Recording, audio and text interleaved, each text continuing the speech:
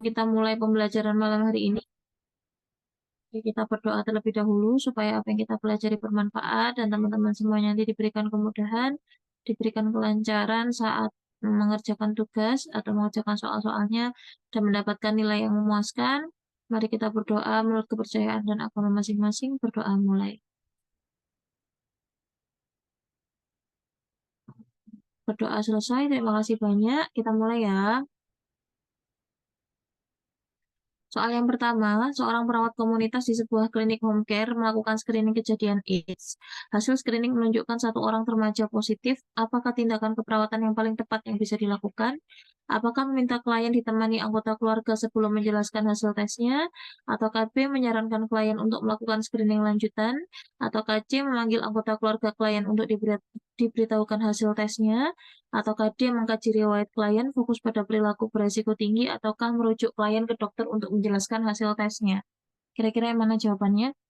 Tindakan yang paling tepat ketika kamu menemukan ada satu remaja yang positif. Apa yang dilakukan? Prinsip keperawatan yang mana maksudnya, Kak? Prinsip keperawatan itu yang gimana sih? Prinsip keperawatan. Kayak anak masih baru masuk kuliah ya yang ditanyain ya. Prinsip keperawatan. Mm, mm, mm, mm. Mungkin prinsip etik keperawatan, Ners. Prinsip etik kemarin kan udah, Pak ya. Iya. Oh iya, prinsip Lanjut etik ke ya. ini, Ners. Ya ini jawabannya apa dulu, Pak? Ya Meminta aku sambil nyari prinsip. kota keluarga sebelum menjelaskan hasil tesnya. Ini dirujuk ke dokter. Mana? Yang apa, Pak? A atau E? A, A, A. A. Yang lain? Ayo yang lain apa? Ayo baca lagi soalnya, yuk. Ini kan udah ketahuan positif nih di screening. Habis itu, kira-kira apa? Teman-teman nggak kepo, kenapa ini remajanya bisa kena HIV atau kena AIDS? Lewat mana dia? Hmm?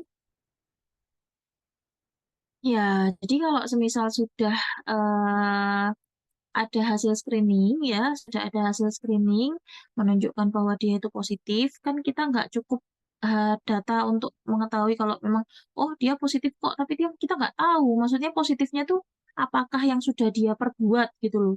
Apalagi kalau AIDS itu kan ya portal masuknya cuma kalau nggak menggunakan jarum suntik, berhubungan seksual, sama apa lagi? Ya itulah ya. Kalau semisal dia tidak melakukan perilaku yang beresiko tinggi, ya nggak mungkin dia akan tertular gitu. Nah, itu yang harus kita lakukan kajian lebih lanjut. Karena nanti apa? Takutnya ya, takutnya ini perilaku-perilaku yang dia lakukan ini masih ada hubungannya dengan orang dewasa di sekitarnya. Ataupun ada hubungannya dengan remaja-remaja lain di sekitarnya. Nanti malah ngebuka hasilnya, bukan ngebuka hasilnya. Kalau semisal ini kalian kaji, awalnya cuma satu. Nanti lama-lama kalau memang ini ada keterkaitan dengan orang-orang di sekitarnya, nanti datanya malah lebih banyak lagi. Jadi nanti teman-teman bisa menemukan kasus-kasus yang belum terungkap.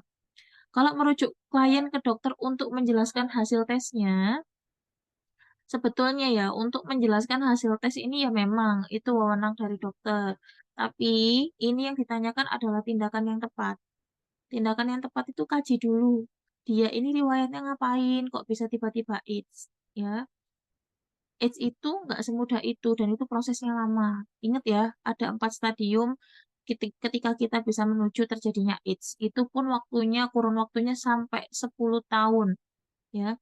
Nah, ini kok bisa AIDS itu awalnya gimana? Terus remajanya nih umur berapa? Kalau semisal memang dia ini mungkin gara-gara ibunya dulu kayak gitu, terus kena ke anaknya, kan nular kan kalau ibunya kena terus anaknya yang dilahirkan kena juga itu kan nular, yang dilahirkan itu kan kena juga atau nular bisa jadi lewat situ bisa jadi memang mereka dia ini melakukan tindakan-tindakan yang beresiko tinggi. Nah itu harus dikaji dulu kalaupun nanti tindakan-tindakan yang dilakukan ini memang mengarah ke tindakan yang beresiko tinggi, apakah ada keterkaitan dengan orang-orang di sekitarnya?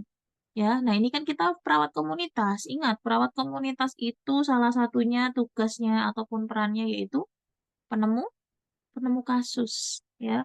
Jadi kalau sudah ada satu, itu kayaknya nggak mungkin cuma satu ini yang kena. Nah, kita harus cari sampai ke akar-akarnya, karena kita fungsi kita salah satunya sebagai penemu kasus, ya. Jadi jawabannya adalah D. Kalau ketemu satu kayak kita ketemu pasien TB, ya, pasien TB, oh dia ini positif, BTA sputumnya positif. Apakah teman-teman cukup di situ? Berhenti di situ? Oh iya, dia positif TB. Dilakukan pengobatan. Apakah tidak dilakukan pengkajian lanjutan? Misalnya, sekitar rumahnya, bukan sekitar rumahnya, orang-orang di rumahnya ada nggak yang mengalami batuk yang sama?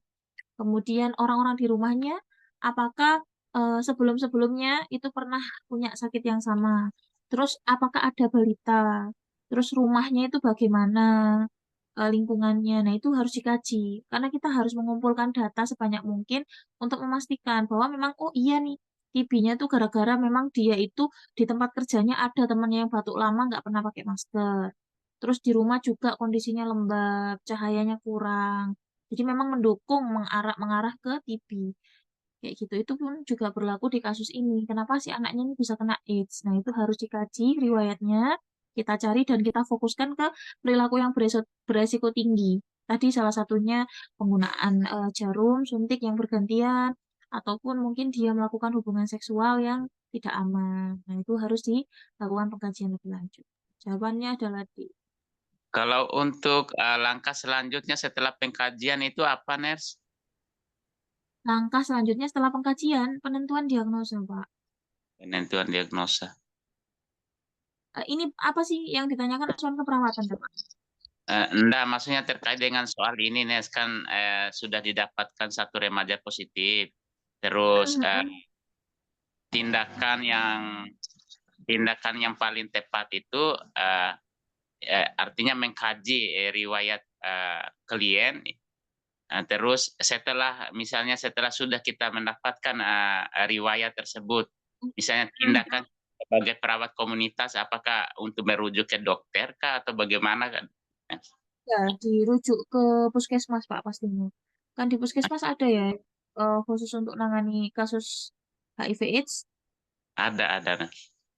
jadi dirujuk ke puskesmas. Jadi kan kita ngerujuk ke puskesmas juga ada data yang disertakan gitu loh. Ini positif HIV, positif HIV/AIDS, dia riwayatnya seperti ini, seperti ini, seperti ini. Nah, nanti untuk tindak lanjut selanjutnya ya, entah itu dikasih obat-obatan ARV ataupun nanti dilakukan pemeriksaan, itu wewenang dari puskesmas gitu. Jadi Kalau tetap pemegang setelah programnya, Kak. Ada yang kenapa? pemegang program biasanya. Nah iya, makanya kita kan sebagai perawat komunitas itu kan yang kita yang turun ke lapangan kan. Orang puskesmas kan kalau ke tempat kita kan ya paling sebulan sekali ya atau sebulan 2 kali. Nah, kita yang tahu wilayah kita, makanya kita yang harus betul-betul menemukan gitu loh penyebabnya apa sih kok bisa sampai kayak gini, apalagi ini anak remaja. Nah, itu kan dikaji. Kalau sudah memang ditemukan, kita oper ke puskesmas untuk penanganan lebih lanjut.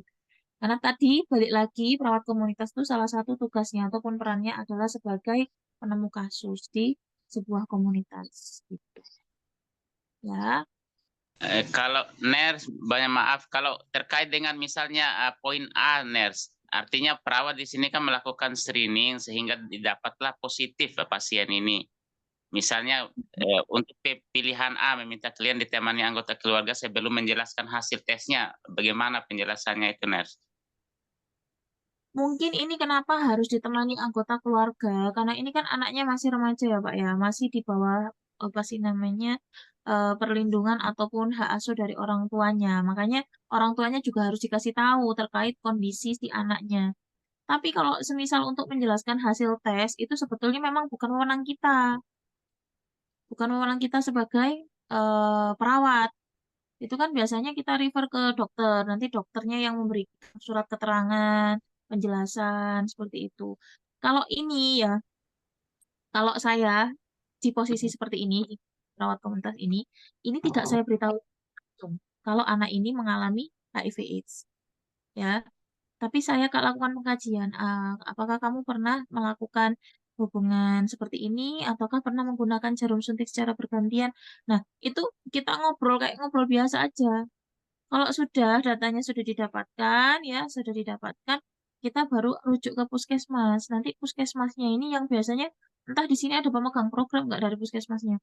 Itu nanti yang dia bakal datang ke rumahnya ataupun mungkin dokternya langsung nanti yang jelasin ke orang tua dan anaknya gitu. Kalau semisal kita langsung judging, apalagi kita itu perawat nggak ada wewenang untuk menjelaskan diagnosa medis, ya nggak bisa gitu Pak. Kalau meminta klien ditemani anggota keluarga sebelum menjelaskan hasil tesnya ini mungkin pada saat dibawa ke puskesmas, Bu, nanti ini adik kan sakit, misal ini kan adiknya harus ada pengawasan dari puskesmas. Nanti saya ini ya, saya ajak ke puskesmas bareng-bareng sama saya ya. Nanti biar dokternya yang dari puskesmas yang menjelaskan kondisi si adik ini gimana gitu. Jadi kita ke sana. Namanya kita kan juga harus kolaborasi, nggak mungkin kita kerja sendiri. Perawat komunitas tuh kerja bareng-bareng. Apalagi kalau sama pihak puskesmas itu udah bestie gitu ya, karena mereka juga punya program, kita menjalankan program dari mereka. Nah, kayak gitu. Itu sih Pak kalau aku ya. Jadi aku nggak langsung ngasih tahu kamu nih AIDS ya gitu enggak. Tapi tak kaji. Nah, namanya orang kalau kita mengkaji kan kalau semisal jam terbangnya tinggi itu kita bakalan lebih pinter nih ngomongnya. Jadi nggak perlu menunjukkan kalau dia itu sakit, tapi kita bisa ngulik datanya. Kalau udah dikulik, kita tulis di rekam medis ataupun kita tulis di catatan, kita rujuk ke puskesmas, nanti bilang ke orang tuanya, ini nanti ada pemeriksaan lanjutan di puskesmas. Nanti pihak puskesmasnya yang biar menjelaskan lebih lanjut terkait kondisi anaknya gitu. Dan itu dokter nanti biasanya yang ngomong. Gimana kalau orang puskesmas biasanya gimana? Kan rata-rata kan dokter, kita kan nggak ada kewenangan untuk yang jelasin diagnosa medis toh. Kak, jangan dicoret-coret. Layarnya jangan dicoret-coret ya. Aku nggak fokus kalau ada yang ngecoret layar. Oke, itu. Nomor dua. Nah, ini gampang ini. Hasil survei perawat di sebuah lingkungan desa didapatkan 55% masyarakat membuang limbah rumah tangga ke got. 50% masyarakat BAB di sungai, 10% masyarakat tidak memiliki jamban sesuai dengan standar. Perawat akan melakukan upaya untuk meningkatkan PHBS di wilayah tersebut. Siapakah sasaran tersiernya? Apakah masyarakat, kader, perawat atau bidan desa, tokoh masyarakat, ataukah kepala desa? Kira-kira yang mana? Sasaran tersier. Yang E, E, Siapa? E, Kak. Itu kepala desa. Iya. Ada, ada Kak Shanum. Ini bisa dicoret layarnya. Kepala desa ya, berarti gini, sambil kita review, sasaran tersier itu apa sih? Jadi sasaran upaya kesehatan tuh ada tiga, ada primer, sekunder, dan tersier. Primer itu yang bermasalah. Contohnya kalau semisal lingkungannya ini tuh masyarakatnya membuang limbah rumah tangga ke got, BAB di sungainya ada 50%, kemudian 10% masyarakat tidak punya jamban, berarti sasaran primernya adalah masa masyarakat di desa tersebut. Kemudian sekundernya itu orang yang ada di lingkungan sekitar yang dipercaya bisa mengubah pola perilakunya. Di kasus ini, karena ini masalahnya dari satu desa, maka sekundernya ini bisa perawat komunitasnya. Ataupun bisa juga, bukan perawat komunitasnya juga, kader-kader. Nah, kader-kader itu juga bisa untuk sasaran sekundernya. Dan toma atau tokoh masyarakat, tokoh warga. Kalau kemudian yang ditanyakan sasaran tersier itu berarti berhubungan dengan pengambil keputusan atau seorang pemimpin di wilayah tersebut. Kalau lingkupnya desa ya kepala desa, lingkupnya kecamatan ya Pak Camat gitu ya, tergantung dari lingkup masalahnya itu terjadi. Jadi saya ulang, untuk sasaran upaya kesehatan itu ada tiga macam, ada primer, sekunder, dan tersier. Kalau yang primer itu yang bermasalah itu siapa? Itu yang sasaran primer. Sekunder itu orang-orang yang ada di sekitarnya yang dipercaya bisa mengubah pola perilakunya. Kemudian tersier itu adalah sasarannya ke pengambil keputusan.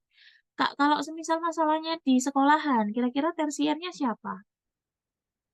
Kepala Kalau sekolah, ya, kepala sekolah. Kemudian sekundernya, teman Guru-gurunya. ya Anak sekolah. sekundernya itu gurunya, ya. Sekunder itu guru, kemudian orang yang beberes atau bebersih di sekolah, yang primernya, kalau yang di sekolahan ya anak-anak sekolahnya kayak gitu. Oke, gampang ya. Kak, bisa dijelaskan contoh tentang data kuantitas dan kualitas komunitas? Pokoknya kalau data kuantitas itu ya data yang berhubungan dengan angka atau perhitungan, Kak. Yang bisa dihitung. Kayak semisal angka kejadian, angka kematian ibu, angka kelahiran anak, kemudian angka kematian anak, itu berarti data yang kuantiti yang bisa dihitung. Kalau kualitas itu yang dia ini tidak bermain angka. Contohnya apa ya, dia itu dari data angka itu tadi nanti dijabarkan. Semisal angka kematiannya itu penyebabnya apa. Nah, itu nanti masuknya di situ. Itu yang kualitasnya. Tapi kalau untuk lebih lanjut, aku materi itu, emang ada ya pertanyaan itu? Ada ke arah sana. Aku nggak ada materinya itu data kuantiti dan data kualitas di komunitas. Kalau penelitian, mungkin penelitian ya yang dipertanyakan ya. Data kuantitas dan data kualitas komunitas. Baru dengar Iya, kuantitas komunitas. penelitian. Penelitian kali ya, Kak. Kalau data kualitas sama apa kuantitas itu di penelitian kayaknya. Kalau yang quantity ya itu yang tergantung kamu nyarinya kalau penelitian quantity, apa kuantitatif ya berarti dengan cara banyak bisa kuesioner, kemudian apa sih namanya? Rata-rata kalau kuantitas itu pakai kuesioner, terus intervensi secara langsung itu kalau penelitian yang kuantitas. Kalau yang kualitatif itu biasanya pakai wawancara kita. Wawancara nanti datanya itu berbentuk olahan kata. Tapi kalau yang kuantiti ya betul-betul real ada datanya gitu. Oke, siap Pak. Ada yang nanya soalnya, pengen tak jawab langsung nanti lupa. Kuesioner. Nah, kuesioner itu berarti data kuantitas, Kak. Kuantitas itu bukan komunitas, itu masuknya penelitian, ya. Kuesioner itu komunitas sayang, komunitas, kuantitas, sorry. Kita lanjut nomor 3. Perawat komunitas sedang berkunjung ke rumah warga. Perawat tersebut mendapati salah satu keluarga yang memiliki anak berusia 24 tahun yang sedang mengalami batuk-batuk. Batuk sudah lebih dari 2 minggu dan sesak nafas. Klien memiliki kebiasaan buruk, yaitu suka keluar malam, minum minuman keras, dan merokok. Apa implementasi yang tepat untuk kasus di atas? Kira-kira apa? Ayo, apa yuk? Ini hari Kamis ya? Tumben kok nggak ada ngaji. Kak. Ah, yuk, yang lain?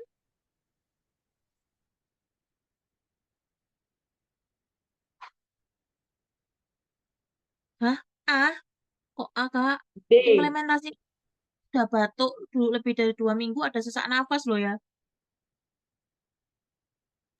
B. B atau D? D. Merujuk ke puskesmas. Delta. Kenapa disuruh ke puskesmas? Kenapa nggak dia suruh berobat sendiri? Karena Biar nggak batuk lebih dari 2 minggu, Ners. Ditambah sesak. Artinya pasien sudah terindikasi TBC. TBC. Nah, kalau di puskesmas itu sudah ada program yang menaungi untuk TBC. Jadi nggak usah berobat sendiri. Karena kita rasa pasiennya ini arahnya ke TBC, ya sudah ajak ke puskesmas aja, Bu. Berobat ke puskesmas ya. Rujuk ke puskesmas. Nanti pihak puskesmas kita calling nih. Kak, aku punya pasien, Kak. Namanya ini. Nanti besok pagi mau ke sana. Keluhannya batuk 2 minggu, ada sesak nafas juga. Oh iya, iya, iya. Nanti biar Kak, puskesmas yang tapi di nangani. sini kalau memang pasien tersebut dicurigai TBC, saya rasa data-datanya tidak lengkap. Ini cuma batuk dan sesak sudah 2 minggu. Bisa saja batuknya dikarenakan alergi, ataupun mungkin batuk menahun juga bisa.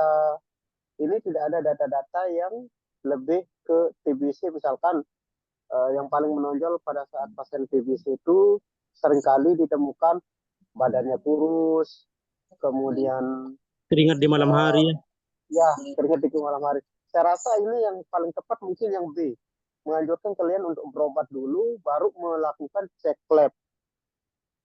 cek laboratorium. Setelah dilakukan cek laboratorium, misalkan terjadinya positif, nanti akan kelihatan nanti.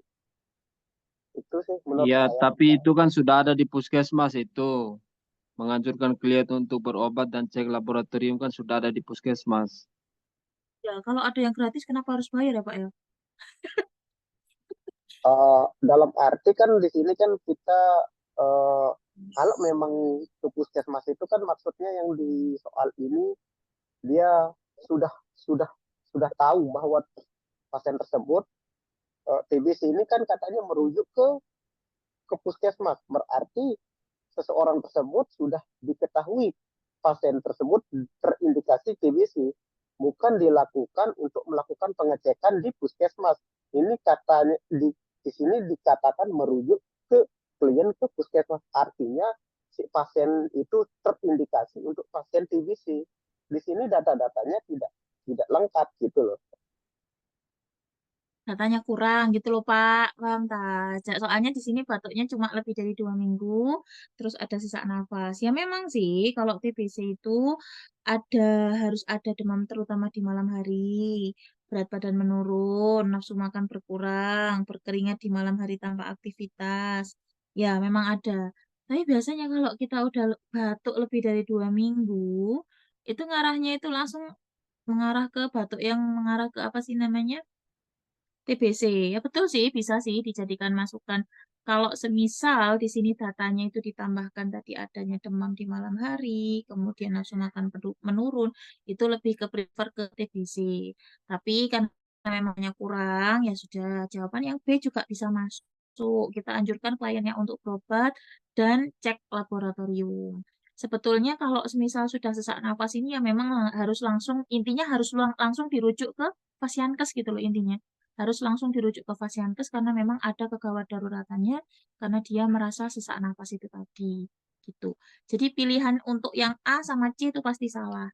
Jawabannya itu B dan D. Tapi kalau D itu datanya kurang, betul datanya kurang, makanya kita lebih prefer ke jawaban yang B. Oke, terima kasih masukannya ya. Nanti tak ubah jawabannya. Oke, ini masih jawabanku jawaban yang E. Kok E? D ya, merujuk ke klien ke puskesmas. Oke, nanti tak ubah ya karena datanya kurang. Terima kasih masukannya. Lanjut ya. Di desa Akek Raja terdapat 5 orang balita menderita muntaber diketahui sebanyak 150. Keluarga di daerah tersebut menggunakan air sungai sebagai sumber air minum. Perawat komunitas melakukan wawancara kepada salah satu kepala desa dan diperoleh data sekitar 75% masyarakat membuang langsung sampah dan buang air besar di sungai tersebut. Apa tindakan keperawatan yang tepat untuk mengatasi permasalahan di atas? Apakah membuat tempat sampah dekat sungai, melaksanakan kerja bakti dengan masyarakat, penyuluhan tentang perilaku hidup bersih sehat, pemantauan dari Dinas Kesehatan setiap sebulan sekali, ataukah setiap 3 bulan sekali mengadakan lomba lingkungan bersih? Yang paling tepat dengan kondisi ini apa? Kira-kira? Ya ini buang sampahnya hampir 75% ya. Apa kira-kira? Berarti ada kekurangan, ada pengetahuan terkait PHBS ya. Jadi yang dilakukan pertama kali, yang dilakukan yang paling tepat adalah karena memang kurang pengetahuan terkait PHBS, ya sudah kita lakukan penyuluhan tentang perilaku hidup bersih dan sehat. Dengan harapan ketika pengetahuan pasiennya meningkat, nanti tindakan ataupun perilaku membuang sampah sembarangan di sungai itu bisa berkurang kayak gitu. Ya, kalau semisal sudah dilakukan penyuluhan PHBS kok ya masih buang sampah sembarangan, terus BAB-nya masih di sungai, yaitu solusi selanjutnya adalah ya kita buatkan tempat untuk pembuangan sampah dan pastinya harus dibuatkan untuk MCK-nya. Jadi biar air sungainya tidak tercemar. Orang-orangnya ngeyel. Orang-orangnya harus diganti. Ya, ini yang terjadi ini kayak gini nih Pak ya. Saya pernah nemu juga. Jawabannya adalah C. Oke, kita lanjut diagnosa ya. Perawat H melaksanakan pengkajian keperawatan komunitas di desa R. Didapatkan data sebagai berikut. Jumlah balitanya 63 orang. Imunisasi balita tidak lengkap 5 orang, sebanyak 8,1%. Balita tidak punya KMS 3 orang.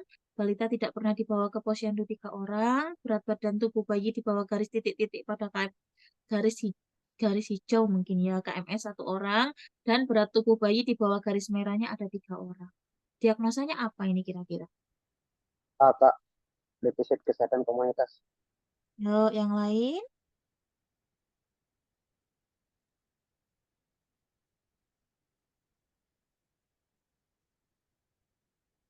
Ayo, alasannya apa? Defisit kesehatan komunitas?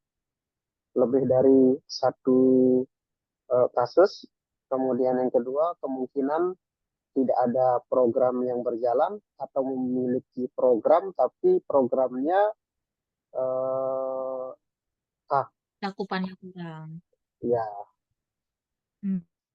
Jawabannya betul, yaitu defisit komunitas. Di sini yang paling menonjol memang terjadi lebih dari satu masalah, di mana ada berat tubuh bayi yang di bawah garis merahnya ada 3 orang, terus di bawah garis hijaunya ada 1 orang. Kemudian di sini tadi ada faktor yang muncul yang bisa menimbulkan kerugian di masa yang akan datang.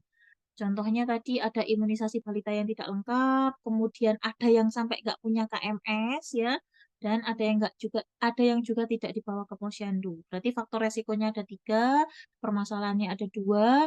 Yang paling cocok yaitu defisit kesehatan komunitas. Oke. Ners, Untuk yang kedua, Pak, monggo. mohon maaf Ners, minta tolong direview ulang terkait dengan 5 pilihan jawaban ini dengan kasus di atas itu Ners. Oke, siap. Oke. Jadi yang pertama untuk defisit kesehatan komunitas. Untuk defisit kesehatan komunitas itu kata kuncinya adalah eh, sudah terjadi masalah dan masalahnya itu lebih dari satu. Kemudian adanya faktor resiko yang bisa menimbulkan masalah di masa yang akan datang, itu biasanya juga lebih dari satu, ataupun tidak adanya program, ya, tidak adanya program yang mengatasi permasalahan di wilayah tersebut, itu defisit kesehatan komunitas. Kemudian kalau perilaku kesehatan cenderung beresiko, itu tandanya adalah belum terjadi masalah. Jadi masih apa sih namanya? Perilaku kesehatan cenderung beresiko itu belum terjadi masalah, Kak. Tidak ada masalah adanya kesehatan. perilaku maladaptif. Ya, tapi tindakan yang dilakukan oleh individu ataupun komunitas itu mengarah ke tindakan yang kurang baik. Contohnya seperti ini ya. Contohnya kita itu ditempatkan di sebuah desa. Di sana itu belum ada kejadian hipertensi, belum ada kejadian diabetes mellitus, tapi pada saat kita lakukan pengkajian, ternyata warganya itu suka makan makanan yang manis, suka makan makanan yang asin, tidak mau berolahraga. Nah, itu baru diagnosanya perilaku kesehatan cenderung beresiko. Belum terjadi masalah, namun tindakan ataupun perilaku yang dilakukan oleh warga itu sudah mengarah ke hal-hal yang maladaptif atau yang tidak baik yang berpotensi muncul masalah di masa yang akan datang. Sakitnya bukan saat itu, tapi perilaku suka makan asin, suka makan makanan yang terlalu manis itu nanti akan jadi penyakit di masa yang akan datang. Nah, itu namanya perilaku kesehatan cenderung beresiko. Kalau pemeliharaan kesehatan tidak efektif, itu sudah terjadi masalah, namun yang bermasalah, baik individu ataupun komunitas, belum memahami terkait permasalahan yang terjadi. Contohnya seperti ini. Pada zaman COVID dulu, ya, pada zaman COVID dulu kita tuh nggak paham, kita sudah kena COVID nih, lingkungan kita sudah banyak yang kena COVID. Tapi kita tuh belum paham betul COVID itu sebetulnya apa, nyerangnya di mana, kemudian tata laksananya kayak gimana. Akhirnya kita itu keluar rumah ya nggak mau pakai masker, ya nggak pakai masker. terus keluarnya juga masih social distancing juga dilanggar, itu namanya pemeliharaan kesehatan tidak efektif. Dikarenakan kurangnya pengetahuan atau kurangnya pemahaman dari individu ataupun komunitas, sehingga pemeliharaan yang dilakukan setiap hari ataupun perilaku kesehatan yang dilakukan setiap hari itu tidak efektif. Ya, itu namanya pemeliharaan kesehatan tidak efektif. Kemudian manajemen kesehatan tidak efektif. Manajemen kesehatan tidak efektif itu sudah terjadi masalah, individu ataupun komunitasnya ini sudah memahami terkait permasalahan yang muncul, namun tidak mau melakukan pengobatan. Dengan catatan, manajemen kesehatan tidak efektif itu biasanya lebih berhubungan, dia itu nggak mau melakukan pengobatannya itu karena ada penyulit atau ada hambatan. Biasanya di situ, itu untuk manajemen kesehatan tidak efektif. Kemudian kalau ketidakpatuhan, itu sudah terjadi masalah, individu yang mengalami itu memahami terkait masalah yang terjadi, namun tidak mau melakukan pengobatan, walaupun tanpa ada hambatan. Suaraku hilang, Tarek. Ada atau hilang? Halo? Iya, Ada. Kak. Ada. Lanjut. Ya. Ada Lanjut. Kak Oke. suaranya. Hilang timbul, Kak. Hilang timbul, wah. Kakaknya sinyalnya berarti. Ketidakpatuhan tadi saya ulang sekali lagi, sudah terjadi masalah, kemudian individunya itu sudah memahami terkait masalah yang terjadi, namun tidak mau melakukan pengobatan walau tanpa ada hambatan. Contohnya, pasien-pasien TB. Pasien TB itu bisa masuk di dua diagnosa, Kak. Bisa manajemen kesehatan tidak efektif, bisa juga ketidakpatuhan, tergantung kondisinya. Kapan dia masuk ketidakpatuhan? Kalau dia itu nggak mau minum obat tanpa ada alasan. Intinya aku nggak mau minum obatnya. Ya udah, aku udah sembuh, aku nggak mau minum obat. Itu ketidakpatuhan. Tapi bisa masuk ke manajemen kesehatan tidak efektif, itu kalau semisal dia tidak mau mengkonsumsi obat-obatan TB dikarenakan ada efek samping yang dirasa tuh nggak nyaman. Contohnya, dia mual muntah setelah minum obat, ataupun pipisnya tiba-tiba warnanya merah, jadinya dia panik, akhirnya di stop minumnya. Nah, hal-hal kayak gitu yang menghambat atau menjadi penyulit ketika dia melakukan pengobatan, itu masuknya di manajemen kesehatan tidak efektif. Gitu. Ya, bentar. Kak, mau nanya.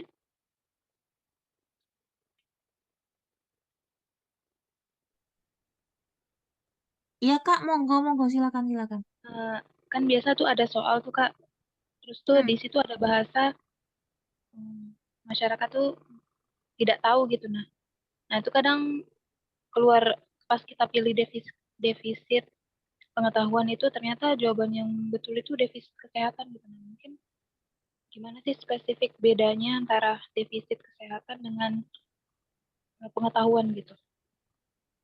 Sebetulnya defisit pengetahuan, antara defisit pengetahuan itu hubungannya memang sama-sama dia itu tahu, nggak paham. Tapi biasanya kalau yang selama ini saya pahami, defisit pengetahuan itu adanya upaya dari masyarakat itu menanyakan terkait kondisinya. Contohnya, semisal saya itu nggak paham terkait kondisi yang saya alami. Kira-kira apa ya penyebabnya? Jadi ada kayak feedback di mana dia itu menanyakan terkait kondisinya. Itu defisit pengetahuan. Nah, balik lagi, Kak. Jadi masing-masing pembuat soal, masing-masing dosen itu punya persepsi yang berbeda-beda, walaupun sudah ada panduannya dari SDKI. Jadi aku ngomong kayak gini, belum tentu nanti untuk dari mentor yang lain itu setuju. Bahkan aku pernah nih ya, aku di masa aku tuh bingung antara fidelity sama confidentiality. Tak cari berhari-hari sambil aku buka YouTube orang lain untuk mencari tahu apa sih pendapatnya dia. Aku sama aplikasi Upstep, mungkin teman-teman sudah tahu Upstep itu beda. Kenapa? Kalau confidentiality sama fidelity mereka itu, menurut mereka kalau confidentiality itu menjaga kerahasiaan hanya sampai keluarga. Tapi kalau semisal ada keluarga yang orang lain yang mau intinya yang mau nanya di luar keluarga itu tidak boleh, itu masuknya fidelity atau gimana gitu. Pokoknya intinya beda lah sama aku. Kalau aku kan fidelity itu komitmen, kalau confidentiality menjaga kerahasiaan. Kalau selama tidak ada komitmen, ya sudah tetap di confidentiality. Kalau aku kan gitu. Kalau mereka beda. Begitu juga untuk yang permasalahan komunitas. Kalau yang komunitas sih aku masih searah dengan mereka. Tapi ada beberapa mentor yang lain itu aku ngelihatnya kok kok beda ya? Sementara yang saya lihat dari SDKI itu, kalau yang saya cerna, oh ini ada komunitasnya, oh ini ada hambatannya. Makanya aku bisa bilang, Kak, manajemen kesehatan sama ketidakpatuhan tuh ada bedanya loh ya. Yang satunya ini ada penyulit, yang satunya enggak ada. Itu ya hasil observasiku dari SDKI, patokanku di situ. Kemudian pemeliharaan kesehatan tidak efektif itu kenapa kok bisa muncul keyword yang aku kasih tahu ke kakak-kakak itu juga hasil observasiku dan itu belum tentu kayak kemarin yang didebatkan di grup soal ya di Tadi grup kayaknya Kak. ya tadi ya grup D3. Kalau menurutku itu bukan nggak ada jawaban di manajemen kesehatan, tapi lebih prefer ke ketidakpatuhan. Ya nggak ada jawabannya di situ karena memang dia betul-betul tidak mau melakukan pengobatan karena memang dia merasa sudah sehat. Ya, berarti kan memang dianya sendiri yang nggak patuh dengan regimen terapeutiknya. Berarti jawabannya nggak ada di situ. Tapi kalau memang disuruh milih antara pemeliharaan kesehatan dengan manajemen kesehatan, ya masih mengarah ke manajemen daripada ke pemeliharaan kesehatan tidak efektif. Nah, untuk defisit pengetahuan itu, nah ini ada ya, ansietas sama defisit pengetahuan. Itu kan sama-sama nanya terus. Ansietas nanya terus nggak? Suster saya sakit apa? Suster saya sakit apa? Itu lebih ke ansietas. Kalau dia menanyakannya berulang-ulang, maksudnya sudah dijelaskan, tanya lagi, dijelaskan, tanya lagi, itu nanyanya larinya ke ansietas. Tapi kalau defisit pengetahuan, dia tuh betul-betul tidak tahu. Contohnya semisal dia ini kena kanker payudara ya. Ibu itu kena kanker payudara. Loh, kanker payudara itu apa ya, nurse? Terus apa penyebabnya? Terus apa yang harus saya lakukan? Nah, gitu. Ya, nah, ini ada yang, nah ini kan, kalau dari mentor lain masalah utama sama prioritas itu sama. Nah, ini aku juga sempat mengalami kebimbangan, Pak. Dan akhirnya saya dapat jawabannya itu dari apa sih namanya itu loh, FR, bukan FR ya, apa sih kisi-kisi ukom dari Sinersi, bukan Sinersi, AIPNI, sorry, dari AIPNI. Nah, di situ dijelaskan prioritas sama utama itu beda. Utama menyelesaikan masalah, kalau prioritas itu yang dilakukan pertama kali ketika ketemu pasien. Jadi semuanya itu hasil dari ngulik, dan belum tentu mentor yang lain itu mau ngulik gitu loh. Kadang ada yang nguliknya lewat YouTube, ada yang memang nguliknya itu nyari dari jurnal atau dari buku, tergantung kayak gitu. Makanya agak-agak tricky gitu loh karena memang keperawatan itu nggak distandarkan, harusnya dari pihak kampus itu dijelaskan gitu kan, oh dari AIPNI, oh ini kayak gini nih kalau masalah utama tuh masalah yang seperti ini loh, karena mereka kan yang bikin soal, terus masalah yang prioritas tuh yang kayak gini loh, jadi mereka bikin soal, mereka menjelaskan, kita sebagai mentor-mentor itu, oh iya ya dari AIPNI-nya sudah seperti ini, jadi kita tuh tinggal ngikutin aja nggak bingung gitu ya. Aku untuk menemukan keyword dari masing-masing diagnosa komunitas tuh lama. Dan itu nyari, karena memang nggak, apa ya, bingung. Soalnya kalau aku kirim di grup ya, diagnosanya. Nurse yang singkatnya aja dong, aku bacanya udah pusing ya. Sama, aku dulu juga pusing Kak bacanya. Jadi harus dipreteli satu-satu. Gitu ya. Pokoknya intinya kalau defisit pengetahuan itu dia nggak tahu dan dia itu menanyakan terkait kondisinya. Apa yang harus saya lakukan? Apa yang harus saya hindari agar saya itu tidak terkena ataupun berkurang kondisi saya, kondisi penyakit saya itu defisit pengetahuan. Tapi kalau ansietas itu dia dikasih tahu, nanya lagi, dikasih tahu, nanya lagi, dikasih tahu, nanya lagi, karena memang efek dari ansietas atau ketakutan yang dia alami. Nah, kalau defisit kesehatan komunitas itu nggak ada hubungannya dengan dia itu tidak memahami, tapi memang betul-betul di situ ada masalah lebih dari satu. Itu kata kuncinya, monggo nanti dibuka di STKI. Lebih dari satu masalah atau lebih dari satu faktor resiko yang bisa menurunkan apa sih namanya tingkat kesejahteraan atau tidak adanya program yang bisa mengatasi. Wis, itu kata kuncinya cuma 3 itu untuk defisit kesehatan komunitas. Nah, balik lagi kalau semisal di aku jawabannya seperti ini, nanti di mentor lain seperti itu. Nah, itu tinggal kakak-kakak mau pilih mana. Aku juga kadang bingung, kasihan gitu ya sama yang belajar. Tapi kalau versiku seperti ini dan aku bisa membuktikannya itu ada di buku SDKI gitu. Jadi nggak asal aku ngambil gitu aja. Itu sih Kak. Tapi nggak apa ya, sambil Oke. berproses. Misal memang ada yang berbeda, aku terbuka sekali kok. Maksudnya, Kak, aku nemunya di luar seperti ini gitu kan. Kalau memang dirasa yang di situ yang ditemukan itu betul, ya saya pasti bilang, oh iya saya yang salah gitu, saya yang salah. Mohon maaf Kak, saya luruskan kayak gitu. Iya, biar Allah yang ngatur. Kalau kita yang atur berantakan. Ya, bener Kak, setuju. Kalau kita yang ngatur kayaknya morat-marit ya. Amin. Aduh. Ya itulah, semoga nanti ke Lanjut depannya Kak. perawatan semakin baik ya. Kita lanjut ya. Masih banyak yang harus kita bahas nih. Perawat kesehatan komunitas seharusnya sanggup menjadi panutan bagi setiap individu, keluarga, kelompok, dan masyarakat sesuai dengan tugas yang diharapkan.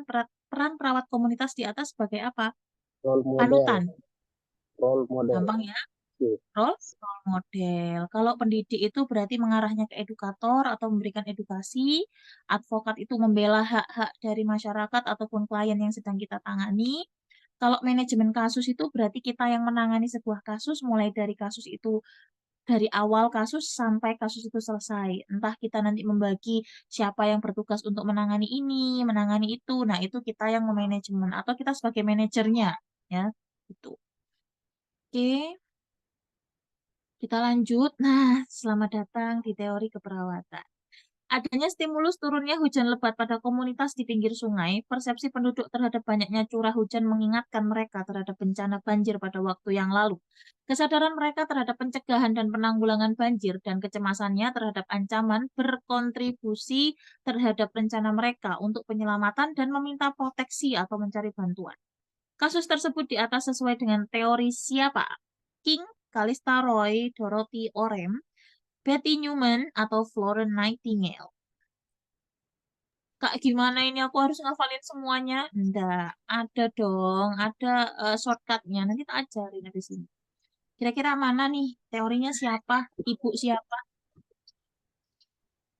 Ibu atau bapak ya nggak tahu ini namanya. Nggak bisa spesifik laki-laki perempuan.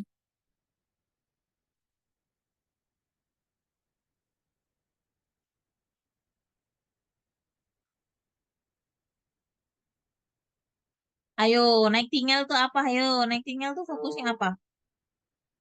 Nggak bisa Lingkungan. jawab. Betul, Nightingale itu kata kuncinya di lingkungan. Berarti perawat itu tidak hanya fokus ke kondisi fisik, tapi juga fokus di lingkungan sekitar pasien yang bisa membantu untuk menyembuhkan. Contohnya, ventilasinya harus bagus pada pasien-pasien TBC, kemudian pencahayaannya juga, itu berarti masuknya di Nightingale. Kalau ini tuh berkaitan dengan, apa coba? Apa coba? Kalau semisal dia itu, oh dulu tuh pernah banjir, terus apa berarti?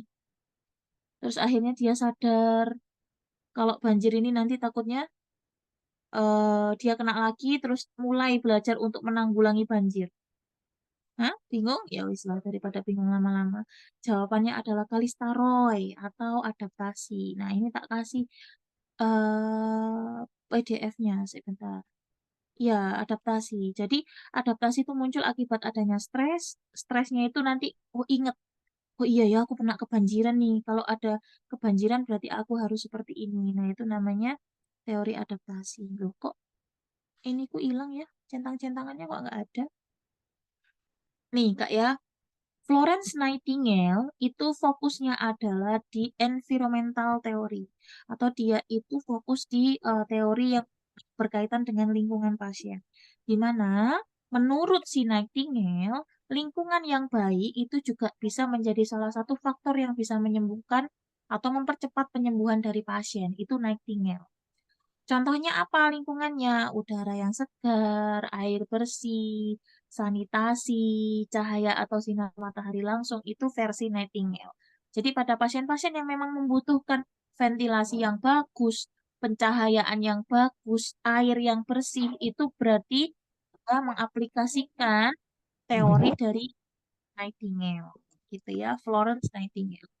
Ya, Mbak, ditulis di kertas saja, Kak. Daripada nanti kalau baca PDF ini makin puyeng ya setelah selesai Zoom. Makanya ditulis, Nightingale lingkungan. Intinya lingkungan bisa membantu untuk mempercepat penyembuhan. Wes, gitu aja. Nightingale lingkungan. Lingkungan yang baik bisa mempercepat penyembuhan penyakit. Wes, selesai. Kita masuk ke Peplau atau Hildegard Peplau. Nah, Peplau ini menunjukkan teori interpersonal. Interpersonal itu adalah adanya hubungan antara perawat dengan klien. Ya, di sini apa sih namanya? Proses interpersonal atau hubungan yang terjalin dari pasien dan klien ini diharapkan bisa membantu agar si pasien ini bisa lebih cepat sembuh. Ya, kalau ngafalinnya lebih gampang, berarti gini. PEPLAU, teori hubungan interpersonal, semakin baik hubungan antara perawat dengan klien, semakin mempercepat penyembuhan. Ayo aku ulang ya, untuk PEPLAU. PEPLAU dulu atau Nightingale? Mulai dari Nightingale ya. Nightingale itu lingkungan, kemudian lingkungan yang baik itu bisa mempercepat penyembuhan. Ngafalinnya gitu aja, itu Nightingale. Kemudian kalau PEPLAU itu hubungan interpersonal, hubungan yang baik antara perawat dan klien itu sebagai dasar praktik keperawatan dan bisa, hubungan interpersonal adalah hubungan yang baik antara perawat dan klien, yakni sebagai dasar dari praktik keperawatan. Ini nih yang atas nih Kak. Ambil yang atas sih, bentar, pulpen cuman dia. Nanti biar sambil kelihatan. Jadi nggak usah, aku juga nggak usah dihafalin semuanya, pusing nanti. Banyak hafalan, puyeng. Nih, mana tadi pulpencu? Nih, PEPLAU, hubungan interpersonal nih, menekankan hubungan perawat klien sebagai dasar praktik keperawatan. Ya, itu PEPLAU. Ditulis dulu yuk. PEPLAU, hubungan interpersonal, di mana teori ini menekankan hubungan perawat klien sebagai dasar praktik keperawatan. Sudah? Kita turun ya. Setelah PEPLAU itu ada ikut ada Virginia Henderson. Nah, Virginia Henderson itu dia itu mengembangkan teori kebutuhan dasar. Teori keperawatan dasar ya. Keperawatan dasar yang kita pelajari saat masuk jadi maba itu mengaplikasikan teori dari Virginia Henderson. Di mana perawat itu harus membantu klien yang sakit dalam memenuhi 14 kebutuhan dasar. Penulisnya gini, Henderson, teori kebutuhan dasar, perawat harus memenuhi 14 kebutuhan dasar klien. Itu Virginia Henderson. Kalau teman-teman penasaran 14 kebutuhan dasarnya nanti coba di googling di Google ya. Virginia Henderson itu mengembangkan teori kebutuhan dasar di mana perawat itu wajib membantu memenuhi 14 kebutuhan dasar klien. Sudah untuk Virginia Henderson? Kita lanjut untuk di Abdella, Faye Glenn Abdella. Kalau Faye Glenn Abdella itu ada teori 21 masalah keperawatan di mana nih sih? Di mana kalau Faye Glenn Abdella itu fokusnya adalah pasien center. Sekarang kan sudah menggunakan pasien center ya. Family center dulu ya. Yang sekarang yang kalau Faye ini pakainya patient center. Nih. Mengubah fokus keperawatan dari berpusat pada penyakit, biasanya kita fokus pada penyakitnya aja, sekarang itu tidak. Jadi menurut si Abdella, untuk perawatan itu fokus di pasien center, di mana keluarga juga diikut sertakan dalam proses keperawatan. Saya ulang sekali lagi, ini beli vitamin dan suplemen.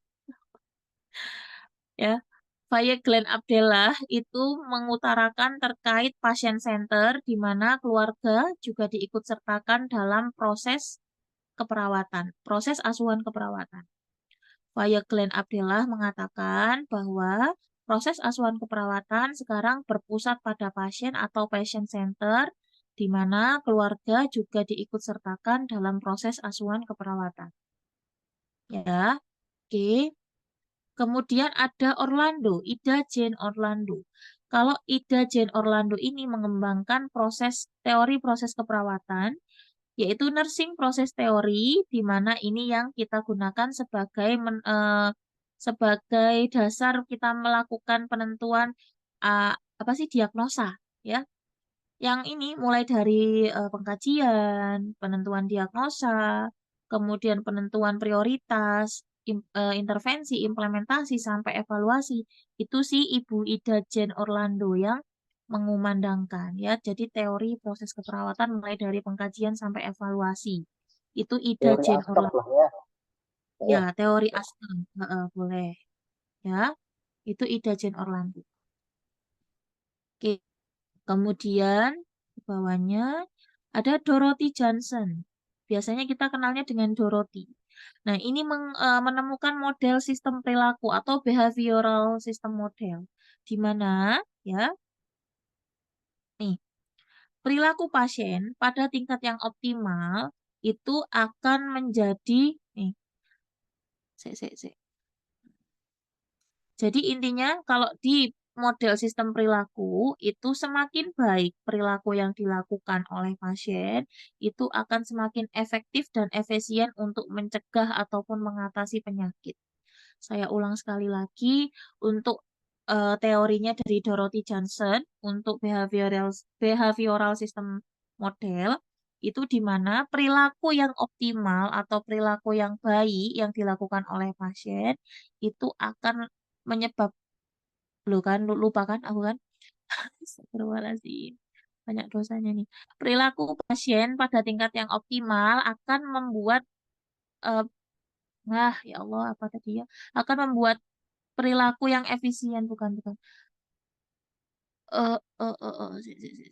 Perilaku pasien pada tingkat yang optimal akan berakibat pada efektifnya pengobatan dalam mencegah penyakit dan nah itulah ya. Kak. Aku butuh waktu untuk mengingat. Dorothy Johnson. Oke, berarti dia itu tadi nih.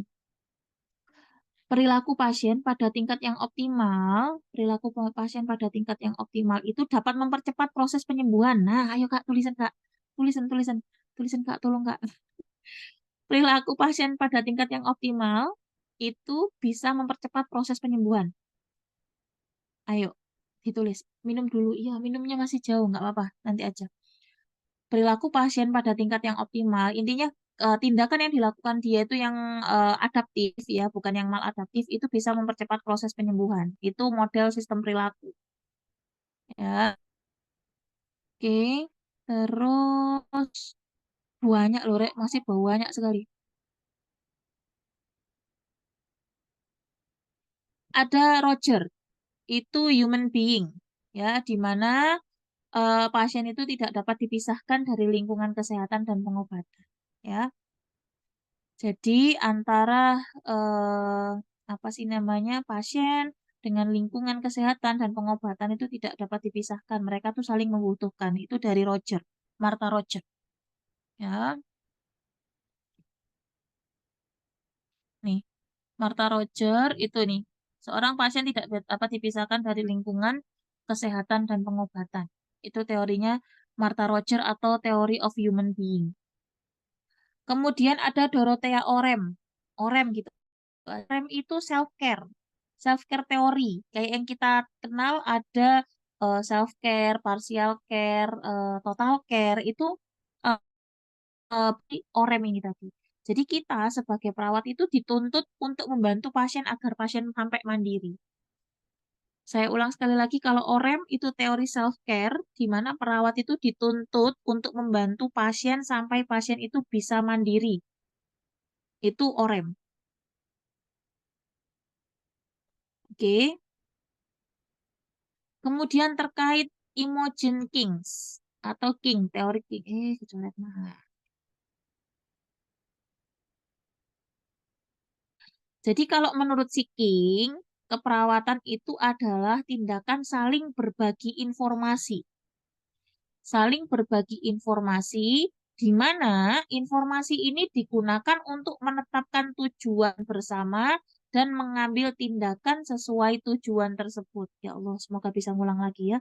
King ini menurut King si keperawatan adalah tindakan saling berbagi informasi dengan tujuan untuk menetapkan tujuan bersama dan mengambil tindakan sesuai dengan tujuan tersebut. Nih, tak coret aja ya biar ini si King Lembo Ade Coach apa itu Pak?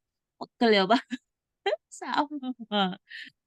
Ini kayaknya pelajaran mahasiswa baru loh Pak. Kok ditanyain pas ini sih ya? Mending kasus ya. Pusing juga ini. Mana tadi ya? Kak coba ulang yang orem itu tadi Kak. Yang orem, bahasa paling mulia di kampungku Kojo. Sik, Kak, bentar ya. Ini nih. Ini ya, King ya. Keperawatan adalah tindakan saling berbagi informasi untuk menetapkan tujuan dan mengambil tindakan untuk mencapai tujuan tersebut. Itu menurut King. Kalau OREM itu self-care teori, karena perawat itu dituntut untuk membantu pasien sampai di tahap mandiri atau self-care ya. Self-care itu kan udah nggak butuh bantuan, cuma dibutuh pengawasan. Gimana caranya pasienmu tuh bisa mandiri, itu OREM. Ya. Kemudian ada Betty Newman, ya, Betty Newman. Nah, kecoret. Betty Newman. Betty Newman itu, sik. Aku kok lali ya, Betty Newman itu apa ya? Oh, ini nih. Newman System Model itu mendefinisikan sebagai keperawatan adalah profesi yang unik yang ini teori stres. Betty Newman itu teori stres. Jadi fokus pada teori Betty Newman itu adalah bagaimana individu merespon stres. Oh, gampang kan? Ayo. Betty Newman itu fokusnya adalah bagaimana seorang individu merespon terhadap stresor ataupun stres yang terjadi. Itu Betty Newman. Kak, nanti kalau yang udah nulis, boleh nggak aku minta fotonya dikirim ke grup cekrik gitu ya. Nanti aku masukkan ke PPT biar lebih gampang untuk ingatnya. Kalau kayak gini kan masih baca satu-satu, pusing. Ya, Betty Newman tadi, bagaimana seorang individu bisa merespon terhadap stresor atau penyebab stres. Itu Betty Newman. Kemudian Kalista Roy. Nah, nih si Ibu Roy ya. Si Ibu Roy ini berhubungan dengan tadi apa? Tulisanku jelek, Kak. Yang tulisannya bagus saja, Kak. Si Roy tadi berhubungan dengan apa? Adaptasi. Di mana adaptasi itu muncul ketika sudah terjadi masalah, akhirnya dia mulai beradaptasi dengan masalah yang pernah terjadi. Itu Roy. Roy adaptasi. Oke. Kemudian Watson. Watson itu berhubungan dengan teori human caring, di mana dia ini meningkatkan kesehatan lebih baik dari daripada pengobatan. Pada intinya kalau Watson ini lebih fokus ke promkes. Watson itu berfokus pada promkes, promosi kesehatan.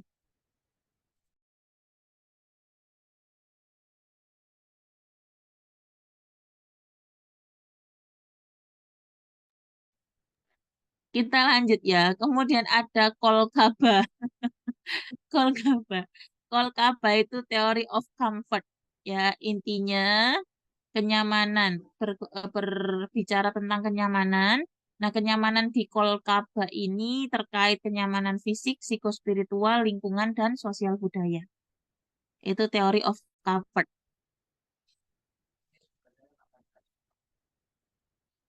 Kak, ini yang belakang-belakang ini nggak keluar, Kak. Ini nggak usah deh. Itu aja deh yang seringnya. Travel B ini aku nggak pernah dengar. Barnett itu juga enggak. Marilyn Anera ini enggak. Ini bisa nih dijadikan rekomendasi kalau yang mau punya anak ya. Bisa dijadiin nih. Bagus nama-namanya nih. Nah ini nih, saya ada yang ini. Leninger. Nah, Leninger ini sih transcultural nursing ini ya. Ini yang keluar di ujian. Leininger itu transkultural nursing, di mana dia itu berbicara bahwa asuhan keperawatan yang kita berikan itu harus sesuai atau ya harus sesuai dengan budaya yang ada. Nanti tak jelaskan habis itu teori dari transkultural transkultural nursing itu Leininger ya. Kemudian ada lagi nggak? Udah cukup cukup sampai di situ. Nanti tolong yang udah nulis, tolong dibagi di grup. Saya minta tulisannya. Soalnya saya nggak nulis. Mana tadi? Sampai mana ya tadi ya? Jadi ini karena dia ini pernah banjir ya. Kemudian kok udah ada hujan lagi, hujan lebat ya. Ada hujan lebat akhirnya dia mikir ini kalau banjir lagi nanti gimana? Terus nanti bagaimana cara saya untuk menanganinya? Nah, Karena dia sudah pernah banjir, ya sudah dia adalah ilmunya untuk menangani ketika dia banjir lagi. Itu berarti masuknya di ROY atau teori adaptasi. Ya, nih. Oke, lanjut. Iya, Leninger kayaknya keluar. Aduh, astagfirullahaladzim. Peran perawat memberikan asuhan keperawatan secara langsung pada individu disebut apa? Gampang, ayo. Asuhan keperawatan secara langsung apa? Kergi? Caregiver, Kergi. caregiver. Alhamdulillah ya Allah, benar. Caregiver ya. Caregiver itu berarti melakukan asuhan keperawatan secara langsung. Oke. Soal nomor 9. Diketahui di sebuah desa, masyarakatnya sebenarnya sudah pernah diberikan pendidikan kesehatan tentang KB. Namun mereka masih enggan menjadi peserta KB. Kak Orem Kalistaroy juga keluar katanya. Ya, udah ditulis kan Kak? Nah ya, wis itulah ya dihafalin ya. Karena alasannya takut dan tidak diperbolehkan oleh suami. Pendekatan manakah yang cocok untuk menghadapi kasus di atas? Apa yuk? Apa yuk kira-kira?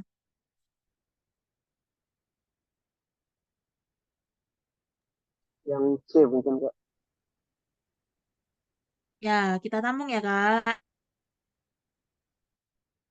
Jawabannya apa? Jawabannya adalah C. Ya, kita udah pernah masuk memberikan penyuluhan kesehatan, tapi dia tetap nggak mau. Kalau kita mau edukasi terus-menerus sampai capek pun nggak bakal mau, apalagi kalau dia sudah berkeyakinan seperti itu.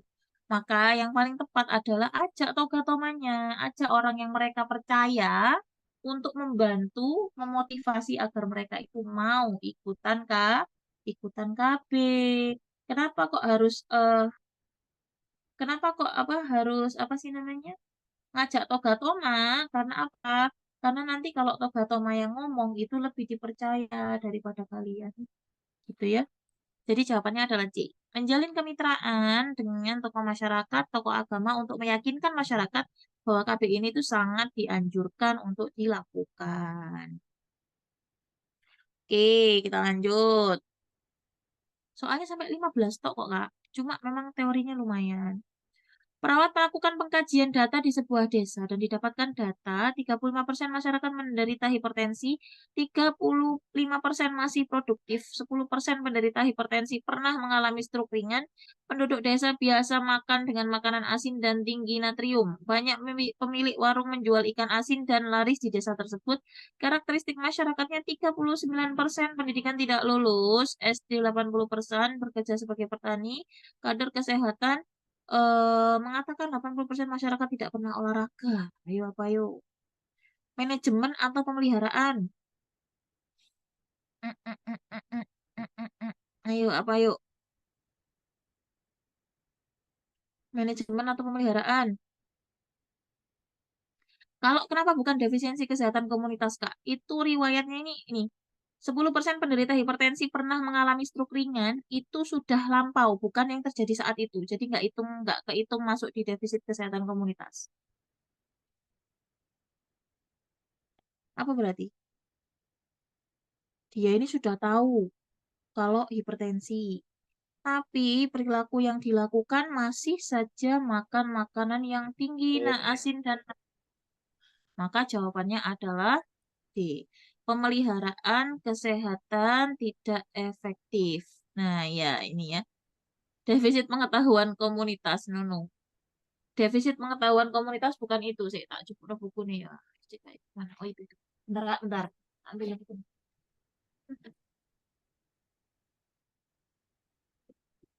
Defisit pengetahuan komunitas. Bentar ya.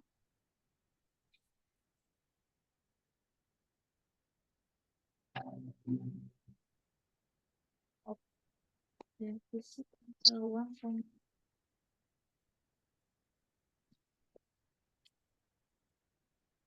Hilang lagi.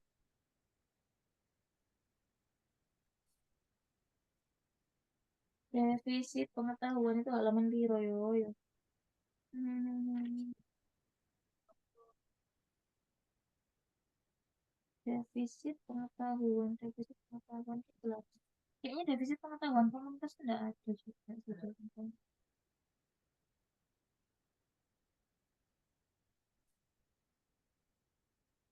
Coping komunitas tidak efektif, coping tidak efektif menurunkan coping keluarga.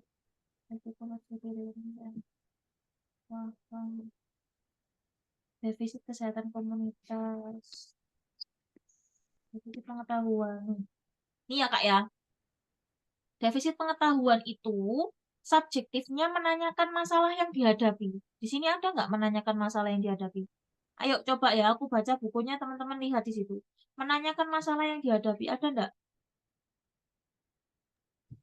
Ada, Ada, mana Pak? tidak ada. Ada. Nggak ada. Kemudian dan persepsi yang keliru terhadap masalah, itu juga bisa. Menunjukkan persepsi yang keliru terhadap masalah, masuk enggak? Masuk enggak di situ? Menunjukkan persepsi yang keliru terhadap masalah. Enggak, Pak. Nggak ada. Ada. Nah, itu defisit pengetahuan. Nah, kalau pemeliharaan kesehatan tidak efektif, lihatan soal ya. Objektifnya kurang menunjuk adaptif terhadap perubahan lingkungan. Pak anak ya. Terus kurang menunjukkan pemahaman tentang perilaku sehat. Ada? Kurang menunjukkan pemahaman tentang perilaku sehat. Ada enggak? Ah, Enggak ada. ada dong. Ini sih dia malah masih mengkonsumsi makanan asin dan tinggi natrium. Sementara itu kan pantangannya nggak boleh konsumsi itu. Ya toh? Terus yang ketiga, tidak mampu menjalankan perilaku sehat. Nah, di sini mampu nggak menjalankan perilaku sehat? Orang di sini aja nggak pernah olahraga kan orangnya? Ya enggak? 80%. Iya, 80% tidak pernah olahraga. Ya sudah. Maka yang paling cocok pemeliharaan kesehatan tidak efektif. Begitu. Itu sih Malah Pak, aku terkecoh gitu tadi, ya. Kak. Aku lihat apa? Terkecoh tadi. Antara defisit atau apa nama itu? Yang antara A sama yang D. Saya bingung tadi. Kirain lebih daripada Ya, 100. defisit pengetahuan tadi balik lagi. Kalau defisit pengetahuan itu adanya, nah gini, konsep dari penentuan diagnosa itu kan harus ada tanda gejala mayor, ya, ada gejala mayor. Nah, mayornya itu minimal ada 80%. Tadi di defisit pengetahuan itu hanya ada satu yang muncul. Sementara kalau di pemeliharaan kesehatan tidak efektif itu yang muncul dua. Berarti lebih banyak mana? Lebih banyak pemeliharaan kesehatan tidak efektif. Di pemeliharaan kesehatan tidak efektif pada kasus ini, itu yang pertama objektifnya kurang menunjukkan pemahaman tentang perilaku sehat. Kurang menunjukkan pemahaman tentang perilaku yang sehat. Di sini dilihat, apakah mereka paham dengan perilaku yang sehat? Sementara mereka itu sudah hipertensi tapi tetap mengkonsumsi makanan yang asin, nah itu aja udah nggak paham. Kemudian tidak mampu menjalankan perilaku yang sehat. Di sini disebutkan juga bahwa 80% masyarakat tidak pernah olahraga. Berarti kan tidak ada perilaku yang PHBS-nya nggak ada gitu ya, terutama untuk yang olahraga. Maka lebih cocok ke pemeliharaan kesehatan tidak efektif gitu daripada ke defisit pengetahuan komunitas. Gitu sih Kak. Kalau itu dari aku ya. Nanti kalau semisal Kakak ikut di yang sebelahnya boleh loh. Namanya juga belajar diskusi. Nanti coba tanyakan, Kak, pertimbangannya ngambil ini apa gitu. Kalau memang beliau betul-betul punya alasan, ya nanti kan pasti akan disampaikan. Gitu. Pak Nasrullah ngirim apa ini? Bentar Pak ya, masih loading. Nanti lihat. Bukan tujuannya ngajak debat, bukan. Tapi kita ajak diskusi. Ya, Kak jelasin bedanya B sama D. Contoh soal yang sama. Oh iya, bentar Pak. Ketidakefektifan manajemen kesehatan itu sudah terjadi masalah, Kak. Terus yang bermasalah atau individunya ini sudah memahami terkait masalah yang terjadi, tapi tidak mau melakukan pengobatan dikarenakan ada penyulit ataupun ada hambatan. Ya, itu ketidakefektifan manajemen kesehatan. Kalau ketidakefektifan pemeliharaan kesehatan itu sudah terjadi masalah, namun dari pihak yang bermasalah ini belum memahami terkait permasalahan yang terjadi, sehingga perilaku pemeliharaan yang dilakukan setiap hari itu tidak sesuai dengan kondisinya. Makanya ini harusnya orang hipertensi itu harusnya diet rendah garam, rendah natrium, tapi ini malah masih mengkonsumsi tinggi natrium. Kemudian di sini juga harusnya orang hipertensi itu harusnya ada aktivitas atau olahraganya. Di sini tidak pernah melakukan olahraga. Gitu.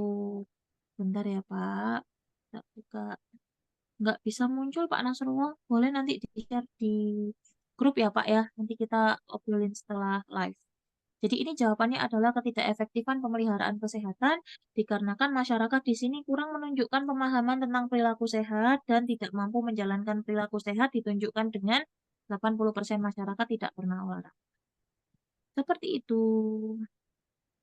Oke, pemeliharaan kesehatan tidak efektif. Kita lanjut ya. Upaya preventif yang ditunjukkan untuk mencegah terjadinya penyakit atau masalah kesehatan disebut apa? Kalau preventif, berarti mencegah. Yang mana yang mencegah? Gampang banget ini Pak, ambek merem. Apa yuk? Preventif. Promosi kesehatan. Prokes. Promosi kesehatan. Lemes banget Kak. Semangat, semangat. Minum vitamin ya, jangan sampai sakit ya. Upaya preventifnya lakukan promosi kesehatan. Kalau intervensi klinis, kemudian intervensi klinis itu masuknya di sekunder atau prevensi sekunder. Kalau perawatan paliatif, rehabilitasi itu bisa masuk ke tersier, tapi paliatif ini juga bisa masuk ke sekunder. Ya, kalau paliatifnya ini dia dirawat di rumah sakit ya bisa. Kak, tolong jelaskan promotif, preventif, kuratif, dan rehabilitatif. Oke. Promotif itu dilakukan pada orang yang masih sehat untuk mencegah biar tidak sampai sakit. Itu promotif. Promotif dilakukan individunya masih sehat dengan tujuan agar tidak terjadi penyakit atau tidak sampai sakit. Itu promotif. Kalau preventif itu dilakukan pada orang yang sudah sakit dengan tujuan agar tidak semakin parah atau mencegah agar tidak semakin parah kondisinya. Contoh realnya antara promotif sama preventif itu seperti ini. Sama-sama, oke. Aku ulang sekali lagi ya. Promotif itu pada orang yang sehat, tujuannya agar tidak sampai terjadi sakit, itu promotif. Kalau preventif pada orang yang sakit, tujuannya agar kondisinya tidak semakin parah. Contoh langsungnya, promotif sama preventif itu seperti ini. Saya sebagai perawat komunitas itu membentuk sebuah kelompok senam untuk lansia sama kelompok senam untuk lansia dengan hipertensi. Kelompok senam untuk lansia saja yang sehat tanpa ada embel-embel sakit apapun itu namanya promotif atau upaya promotif yang saya lakukan.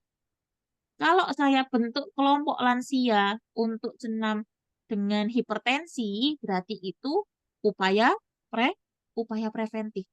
Di mana senam yang saya bentuk ini dengan harapan bisa mengkontrol tensi dari si pasien yang sudah terdiagnosis hipertensi. Gitu. Kemudian ada kuratif. Nah, kalau kuratif itu berarti upaya pengobatan secara langsung. Biasanya kuratif itu bukan ranah kita ya, ranahnya dari pihak dokter, itu kuratif. Nah, kalau semisal kita masuk di kuratif itu bisa tapi melakukan tindakan mandiri. Ya, di situ. Kemudian ada yang terakhir itu apa? Rehabilitatif. Rehabilitatif itu adalah proses yang kita lakukan pada orang pasca sakit. Jadi setelah dia sakit, gimana caranya fungsinya itu kembali optimal atau kembali seperti semula, itu kita bantu untuk melakukan perawatan lanjutan setelah sakit, ya, itu namanya rehabilitatif. Imunisasi itu masuk promotif, betul, mencegah agar tidak sampai sakit. Ya kan melindungi dari penyakit kan Kak, imunisasi itu, makanya masuknya promotif, ya. Oke, kita lanjut ya. Ini jawabannya promosi kesehatan, masuknya di preventif. Oke. Jadi promosi kesehatan itu bisa masuk ke preventif, tapi lebih ke orang yang sudah sakit.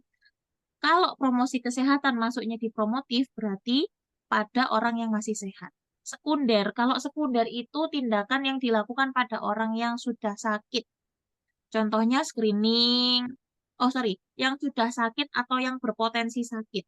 Contohnya screening tindakannya. Kita cari nih ada masalah apa. Kemudian kalau sudah ketemu masalahnya, kita tata laksana sesuai masalah tersebut. Itu Apa namanya itu? sekunder. Nah, oke, kita lanjut ya. Penyuluhan kesehatan ibu dan gizi anak dilakukan di meja yang keberapa pada posyandu? 1, 2, 3, 4, 5. 4. Satu meja apa? 1 pendaftaran, 2 Pendaftaran, penimbangan dan pengukuran, penimbang, yang 3 pencatatan, pencacat, yang keempat pencatatan. penyuluhan, yang kelima layanan kesehatan.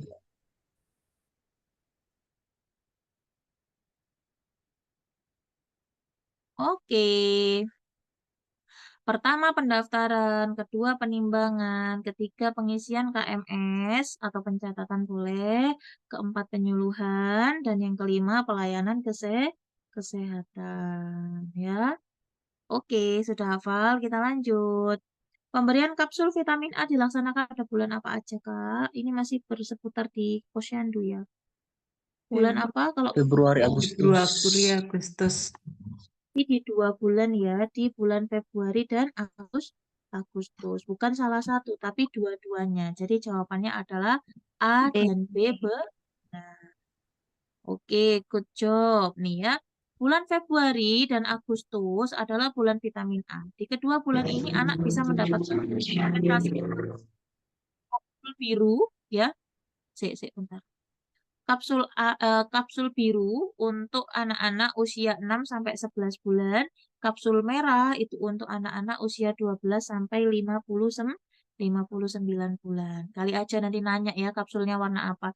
Nih dibaca nanti siapa tahu muncul ya yang gampang-gampang aja muncul soalnya Pak, jangan susah-susah gitu ya. Dosisnya kalau yang anak 6 sampai 11 bulan itu 100.000 unit, kalau yang 12 sampai 59 itu 200.000 unit. Oke. Minimal ibu hamil diberikan tablet penambah darah setiap hari selama berapa bulan? Ibu-ibu selama berapa bulan? Selama berapa hari ibu-ibu? 90 hari. 90 hari. 90 hari. 90 hari. Untuk mencegah terjadinya apa? Aneh? Anemia. Kehamilan. Gitu.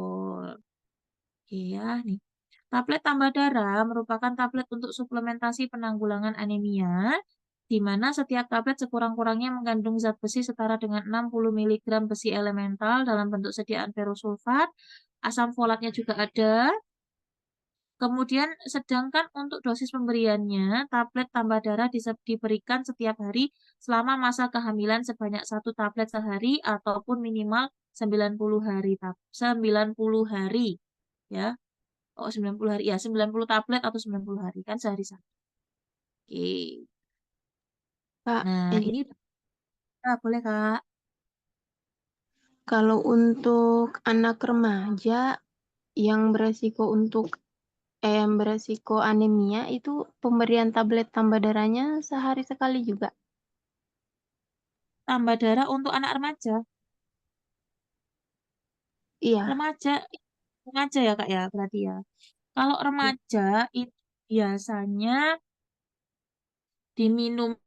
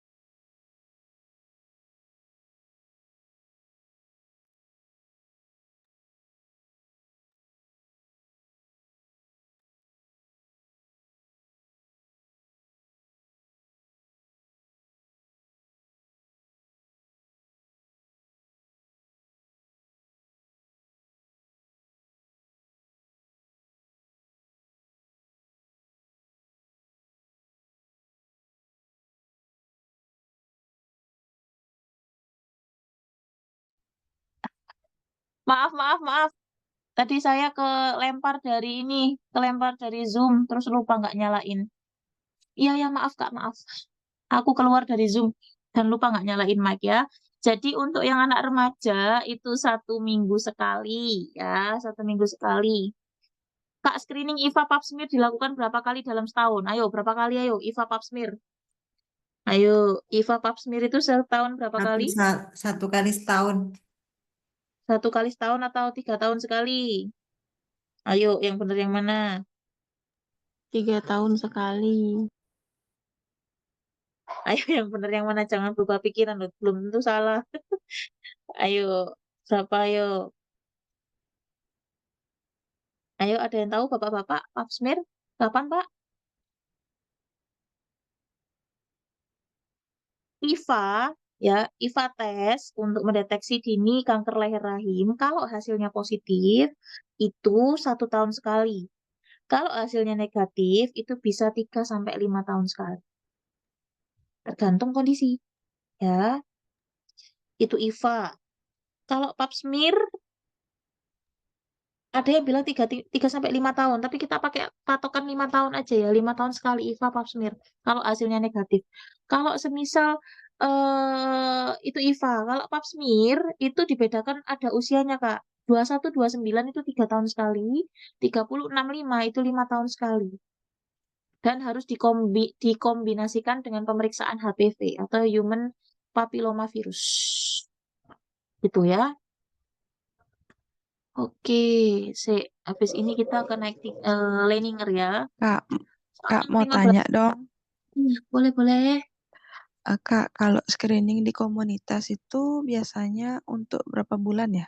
6 bulan atau 12 bulan gitu? Screening penyakit toh, Kak. Iya, Kak. Screening penyakit di komunitas itu dilakukan berapa bulan? Ada yang tahu? Ayo, ada yang tahu enggak? Atau udah ada yang nyari?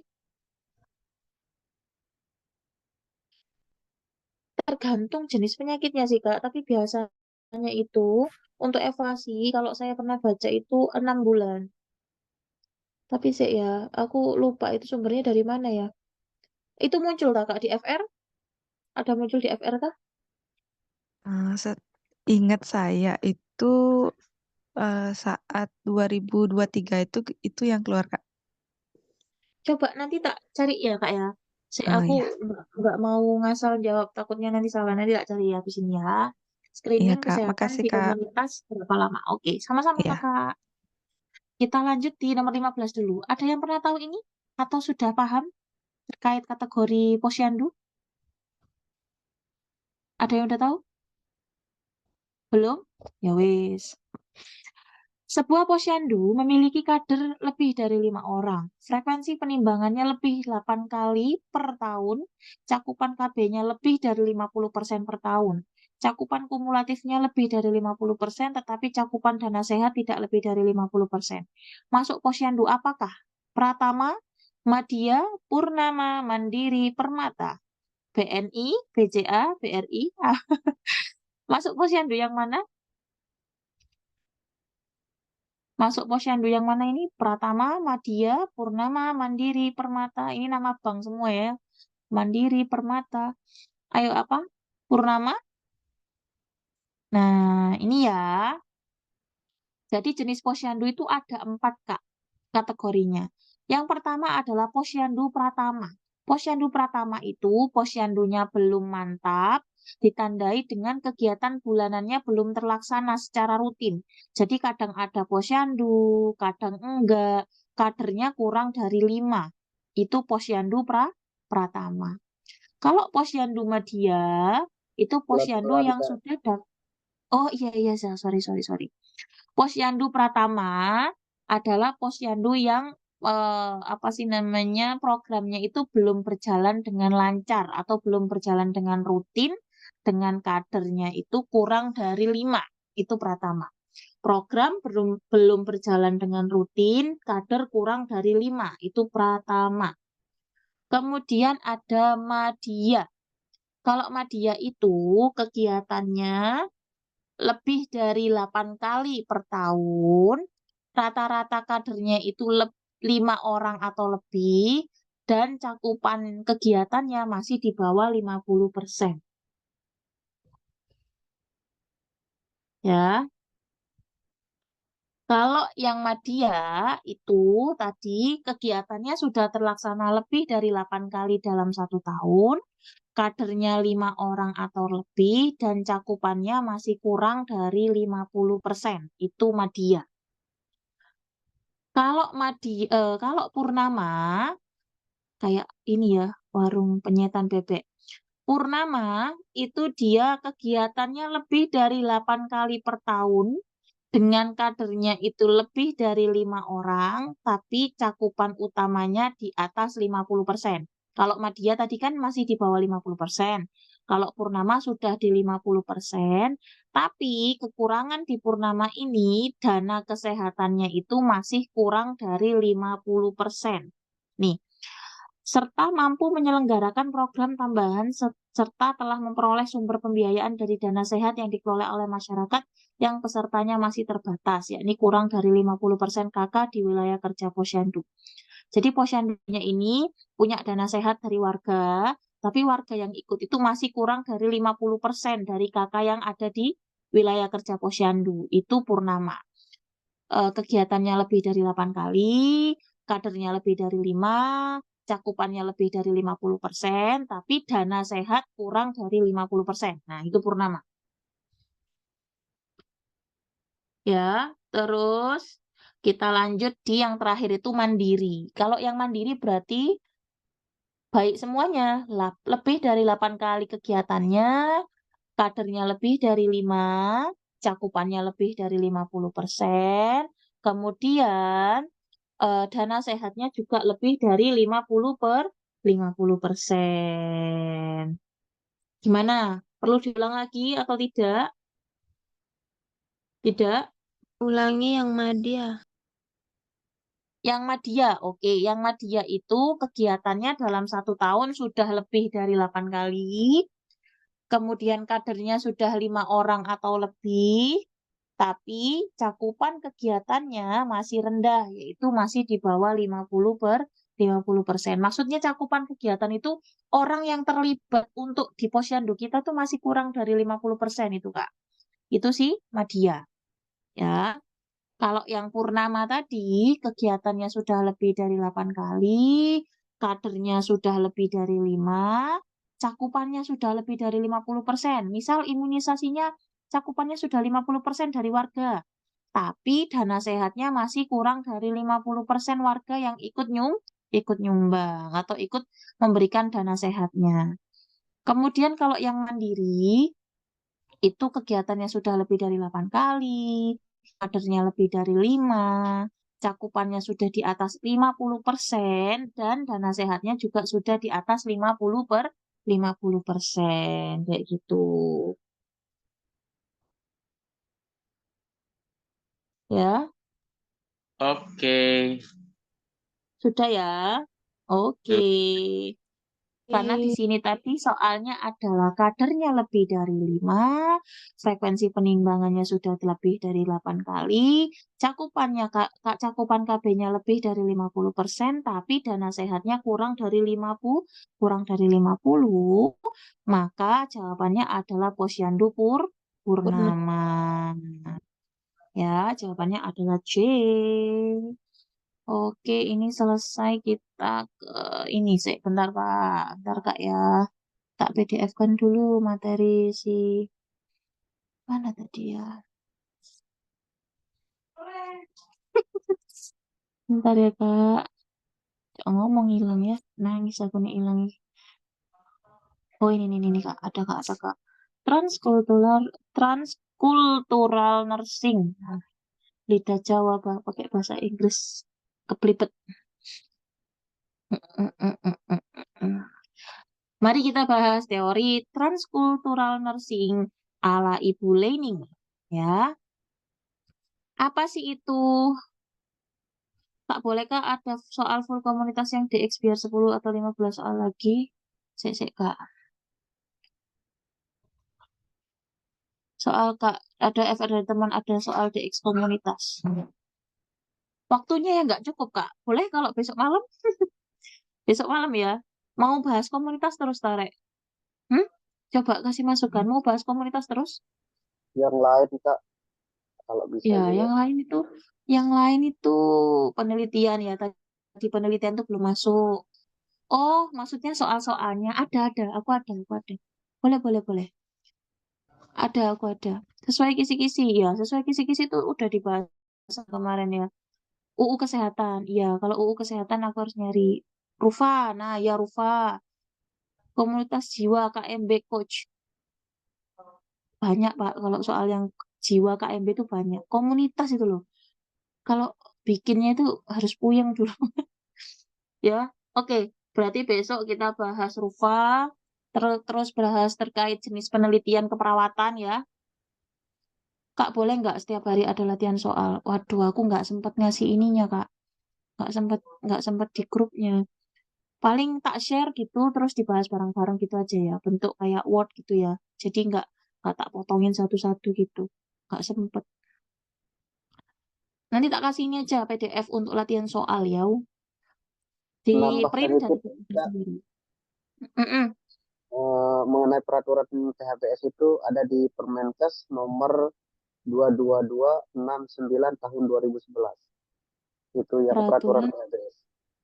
PHBS Undang-undangnya 222. Undang-undangnya. Oh, iya, 222 nomor 66. nomor 69 tahun 2011 Kak. Oh, 69. PDF latihan soal aja, Nurse. Oke, siap. Nanti tak kirim habis ini. Oke, nanti tak kirim. Banyak aku kalau itu. Tapi soalnya itu berhubungan dengan soal-soal TUU Kom, Pak. Ya nggak apa ya. Kan ya mirip sih. Banyak nanti di situ. Kalau semisal di situ ada kayak gerontik-gerontik yang nggak usah dikerjain ya. Kerjain aja yang sesuai dengan kisi-kisi yang muncul.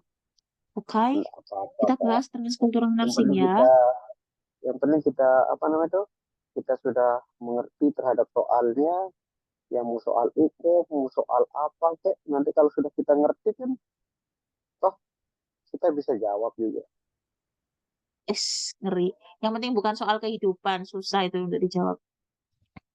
Kita lanjut ya. Transkultural nursing nih ya, dibahas dulu nih. Ini katanya muncul nih. Si transkultural nursing itu adalah sebuah area atau wilayah keilmuan budaya pada proses belajar dan praktek keperawatan yang fokus memandang perbedaan dan kesamaan antar budaya, harus menghargai asuhan, sehat sakit berdasarkan pada nilai budaya dari pasien yang sedang kita rawat. Ini kenapa sampai muncul transkultural nursing? Karena kalau dari Indonesia sendiri budayanya seabrek banyak banget dan itu berbeda-beda. Perawatnya dari Jawa, pasiennya dari Medan. Nah, itu kan kita nggak tahu tuh budayanya seperti apa. Nah, itu makanya harus diterapkan transkultural nursing. Jika kita temukan hal-hal yang menurut kita tidak masuk di nalar, tidak masuk di akal, tapi itu menurut mereka sesuai dengan budaya mereka, ya kita harus hormati. Yang penting tidak bertentangan dengan kondisi kesehatannya, gitu. Nah, ini konsep dan definisi dalam teori Leininger. Ada budaya. Budaya itu apa sih? Budaya adalah norma atau aturan tindakan dari anggota kelompok yang dipelajari dan dibagi serta memberikan petunjuk dalam berpikir, bertindak, dan mengambil keputusan. Ini cuma pengertiannya aja sih. Kemudian nilai budaya. Nilai budaya adalah keinginan individu atau tindakan yang lebih diinginkan atau sesuatu tindakan yang dipertahankan pada satu waktu tertentu dan melandasi tindakan ataupun keputusan. Kemudian kemarin ada yang bilang ya etnosentris. Etnosentris belum dibahas, Nas.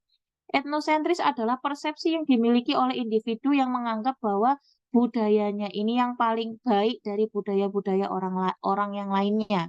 Itu etnosentris. Kemudian untuk etnis itu berkaitan dengan manusia dari ras tertentu atau kelompok budaya yang digolongkan menurut ciri-ciri dan kebiasaan yang lazim. Jadi kayak kelompoknya dari etnis Jawa, Sunda itu ya. Kemudian ras adalah perbedaan macam-macam manusia didasarkan pada mendiskreditkan asal muasal manusia. Itu ras. Kalau etnografi itu ilmu yang mempelajari budaya. Ini nice to know saja. Terus ada care, ada caring. Kalau caring itu tindakan secara langsung. Kalau care itu berarti ada rasa untuk membantu, terus rasa untuk apa sih namanya berhubungan dan memberikan dukungan yang baik pada orang lain. Kalau cultural care itu kemampuan kognitif untuk memberikan kepercayaan, untuk membimbing, mendukung, dan memberikan kesempatan pada individu ataupun keluarga untuk mempertahankan kesehatan. Jadi kita tuh melakukan asuhan keperawatan itu ya sesuai dengan SOP yang ada, tapi juga tetap harus menghargai dari kebudayaan yang ada juga. Kemudian ada yang namanya cultural imposition. Cultural imposition itu berhubungan dengan adanya pemaksaan yang dilakukan oleh tenaga kesehatan pada klien yang memiliki sebuah budaya. Misalnya gini, ada kalau saya dulu di Tangerang, di Rumah Sakit Tangerang itu, saya sering banget dapat ibu-ibu yang mau lahiran itu bawa gunting, terus bawa apa sih itu namanya peniti yang gede, ditaruh di samping perutnya. Itu kan sebetulnya membahayakan ya. Nah, kita sebagai tenaga kesehatan kan ya takut kalau nanti tiba-tiba ketusuk yang si gunting kecilnya itu tadi, bukan gunting lipat loh ya, gunting kecil loh ya. Nah, itu kalau semisal kita paksa ibunya untuk, Bu, itu harus dilepas sekarang juga. Tanpa adanya negosiasi, itu nanti akan terjadi cultural imposition. Atau kita itu seolah memaksa agar ibu itu meninggalkan budaya yang sudah dilakukan setiap harinya. Tuh, itu nggak boleh. Terus caranya gimana kalau kayak gitu? Nah, kita masuk di sini. Oh, ini paradigmanya nggak usah lah ya. Bagus. Paradigma transkultural nursing itu ada 4 macam. Yang pertama manusia. Menurut Leininger, manusia itu memiliki kecenderungan untuk mempertahankan budayanya. Ya, jadi seberat apapun atau sekuat apapun kita memaksa, namanya manusia. Kalau itu sudah jadi budaya ya akan tetap dipertahankan. Kemudian sehat. Nah, sehat menurut Leininger adalah pola kegiatan dalam konteks budaya yang digunakan untuk menjaga dan memelihara keadaan yang seimbang. Itu sehat. Kemudian untuk lingkungan. Nah, lingkungan itu ada 3 macam menurut Leininger. Ada fisik, sosial, dan simbolik. Kalau fisik ya lingkungan fisik seperti yang sekarang kita ada udara, air, tanah, dan yang lainnya. Kalau sosial itu ya hubungan kita dengan orang di sekitar kita. Kalau simbolik itu apa? Simbolik itu bahasa.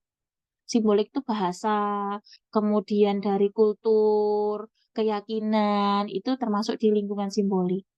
Kemudian kalau keperawatan, nah keperawatan kenapa masuk di paradigma ya? Karena kan keperawatan itu bersandingan dengan budaya. Gimana caranya antara keperawatan dan budaya ini sama-sama jalan. Jadi tidak saling meninggalkan, tapi saling bareng-bareng gitu loh. Itu di transkultural nursing. Asuhan keperawatan yang diharapkan di transkultural nursing adalah asuhan keperawatan yang tidak mengesampingkan budaya yang dimiliki oleh pasien. Intinya seperti itu. Nah, strategi yang digunakan dalam transkultural nursing itu ada 3 macam. Yang pertama itu mempertahankan budaya. Mempertahankan budaya itu kapan dilakukan, Kak? Dilakukan ketika tidak bertentangan dengan kesehatan. Contohnya seperti ini. Kak, kalau semisal di tempatku itu ibu hamil, budayanya kalau sore itu disuruh jalan-jalan keliling-keliling kampung, biar anaknya nanti itu gampang keluarnya. Misal kayak gitu ya. Ya sudah, yang namanya aktivitas jalan-jalan itu kan mempercepat proses penurunan janin, kemudian memperlancar sirkulasi darah. Ya sudah, nggak ada masalah. Ya kita pertahankan budaya yang tidak bertentangan dengan kesehatan. Itu cara yang pertama. Untuk cara yang kedua, ada yang namanya negosiasi. Negosiasi ya biasa ya, kita cari jalan tengahnya meskipun keinginan yang awal kita tidak terpenuhi. Contohnya, di tempat teman-teman ada nggak ibu yang habis melahirkan atau ibu yang sedang hamil itu tidak boleh makan yang amis-amis. Entah itu ikan, entah itu daging, ataupun telur. Kadang ada yang bilang amis itu cuma spesifik ke ikan, ada yang daging juga nggak boleh, pokoknya intinya yang amis. Nah, namanya ibu hamil, itu konsumsi protein hewan itu harus banyak, karena kan proses pembentukan otak, saraf, dan lain-lain. Kita gimana caranya ngelobi pihak keluarga agar si ibu ini tetap dapat intake protein hewaninya. Semisal ditanyakan, kita tanya, kita kaji, Bu, ini yang dimaksud yang berbau amis itu yang seperti apa makanannya? Itu loh suster, kayak ikan-ikanan yang dari ikan-ikanan yang dari empang semisal. Ikan yang dari empang, yang dari laut itu nggak boleh kalau ibu hamil. Berarti kalau spesifiknya hanya di ikan, maka protein hewaninya masih bisa diganti dengan yang lain. Contoh ayam, telur, daging itu masih bisa masuk di situ, ya. Itu namanya negosiasi budaya. Contohnya lagi, kalau semisal kayak tadi ibu hamil yang bawa peniti sama gunting, dibawa kemana-mana nih. Gunting yang dibawa itu gunting yang kayak gunting kecil, ya. Makanya kalau kita nego, gimana negonya? Ibu, ini sebetulnya membahayakan gunting kecil ini. Membahayakan apa? Takutnya nanti nusuk. Gimana kalau gunting kecilnya saya ganti dengan gunting yang bisa dilipat? Tahu nggak sih teman-teman? Guntingnya bisa dilipat itu loh. Itu kan nggak membahayakan kalau dia posisinya kelipat. Boleh nggak Bu kalau diganti dengan gunting yang seperti ini? Ini kan sama-sama gunting. Kalau yang ini lebih safety, lebih aman untuk ibu. Jadi takutnya nanti kalau tiba-tiba jatuh ataupun yang lainnya tidak masuk. Nah, itu namanya negosiasi budaya. Gimana caranya? Istilahnya itu tidak terlalu bertentangan, ya sudah kita lobby dan diganti dengan yang lain gitu loh ya. Jadi tetap jalan, tapi diganti materialnya dengan yang lain. Itu negosiasi budaya. Ya. Kemudian ada restrukturisasi budaya. Nah, ini aku kalau restrukturisasi budaya itu lebih ke gini. eh Harus diganti, harus diubah. Itu restrukturisasi budaya. Karena kalau semisal tidak diubah, itu budaya yang ada bisa merugikan status kesehatan. Nah, ini aku dari tadi tuh mikir, apa ya contoh dari restrukturisasi budaya? Nih, aku ketemu nih. Orang Gresik, kalau semisal mereka itu ada nikahan, ada hajatan, entah ini di tempat lain itu ada atau enggak, itu kalau malam sebelum menikah paginya, itu rata-rata minum toa, toa atau arak. Nah, itulah ya minum-minuman keras. Itu sudah menjadi budaya di sini, bahkan sampai hari ketiga. Tapi nggak di tempatku ya, adalah di daerah Gresik, di lainnya itu ada kayak gitu, sampai hari ketiga. Nah, itu budaya yang bertentangan sekali dengan kesehatan. Kenapa? Minum-minuman seperti itu, apalagi kalau dikonsumsi dalam kondisi yang banyak, itu akan sangat merugikan kesehatannya. Kalau semisal betul-betul sampai overdosis, meninggal bisa nggak? Meninggal. Ataupun mungkin menimbulkan kecacatan yang lainnya, asam lambung dan yang lainnya, bisa nggak? Bisa.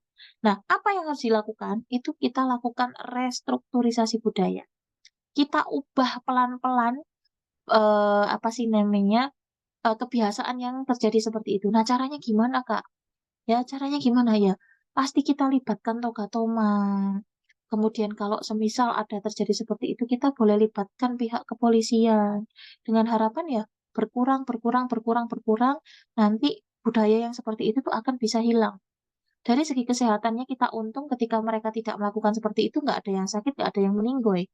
Tapi kalau semisal dari sosialnya, orang yang dibawa pengaruh minum-minuman, apakah tidak akan melakukan hal yang tidak-tidak? Nah, kayak gitu. Itu namanya restrukturisasi budaya. Budaya yang tidak pantas dilakukan atau bertentangan dengan kesehatan, itu harus diubah atau direstrukturisasi. Jadi pada intinya, budaya itu bisa dipertahankan jika tidak bertentangan, bisa dinegosiasi. Yang penting itu tidak terlalu bertentangan atau masih bisa diubah kondisinya. Kalau yang terakhir sudah mentok tidak bisa diubah, maka tugas kita adalah merestrukturisasi atau mengubah budaya tersebut secara perlahan dengan harapan nanti perilaku kesehatan yang meningkat, kesehatan dari orang-orang yang di sekitar kita juga meningkat. Itu sih. Itu kunci dari si transkultural nursing.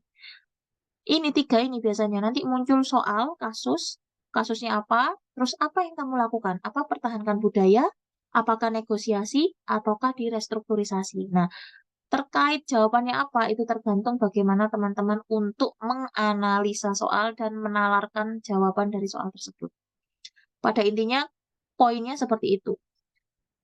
Pertahankan budaya jika tidak bertentangan, negosiasi jika budaya tersebut itu masih bisa dicari celahnya atau intinya itu dia masih menguntungkan untuk kesehatan meskipun ada potensi berbahayanya itu nggak sedikit. Itu negosiasi masih bisa kita ganti dengan hal yang lain. Kalau restrukturisasi budaya itu betul-betul bertentangan dan tidak bisa diganti dengan yang lain, maka harus betul-betul disetting ulang lah. Intinya begitu. Itu restrukturisasi budaya. Udah deh. Mungkin kalau restruksi budaya itu lebih ke kasus misalkan di suatu komunitas terdapat 53% pasiennya minum-minum keras, kemudian 20 persennya melakukan pencurian, kayak seperti itu mungkin ya Kak ya.